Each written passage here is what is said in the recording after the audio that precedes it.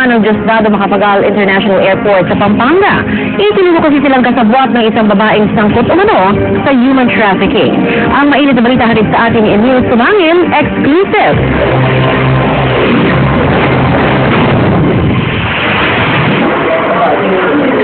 Ito ang video ng arestuhin ng pinagsanig na pwersa ng DOJ Special Task Force, NBI at pulisya sa Capas Tarlac. Ang target na si Rachel Ong. Sa bisa ng warrant of arrest, inaresto si Ong sa kasong qualified human trafficking in person. Iniharap si Ong kay DOJ Undersecretary Ricardo Blancaflor, kabilang umano ang suspect sa order of battle ng DOJ at Bureau of Immigration na itinuturong isa sa mga nasa likod ng malawakang operasyon ng human trafficking.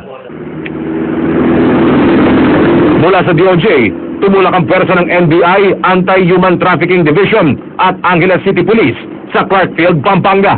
Ito yung makarang ituro ni Ong, ang umano'y mga kasabot ng immigration officials sa Diosdado Macapagal International Airport na sinasabing nagbibigay ng go signal para iligal na makalabas ng bansa ang mga manggagawa at entertainer, kapalit umano ang malaking halaga ng pera.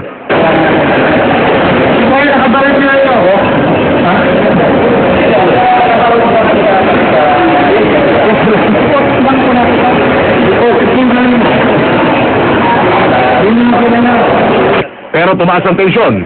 Hindi kasi pinapasok ng PNP Aviation Security Group, ang NBI ATRAD at ang mga pulis na escort ni Blancaflor.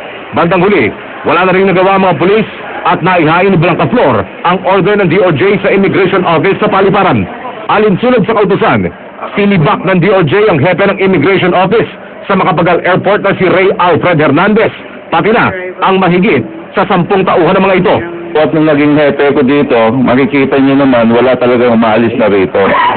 Noon lang kung panahon nung bago ako, siguro, na-involved yung si Rachel Ong. Itinalaga bilang OIC ng Immigration Office dito, si Maan Lapid, anak ni Senador Lito Lapid. This is worse than our crime. Itong sitwasyon natin ngayon dito, isa rin to kabahagi lang to ng mas malaking kaso na sinahil namin sa Malaysia.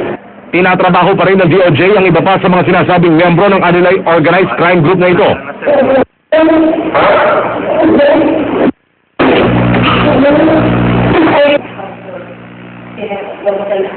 Kabilang na ang contact ng sindikato na isang Malaysian national na makikita sa video na ito. Nananakit at nanampal ng mga manggagawang Pinay sa Malaysia na pinalabas ng grupo ni Ong. Emil Sumangil, GMA News.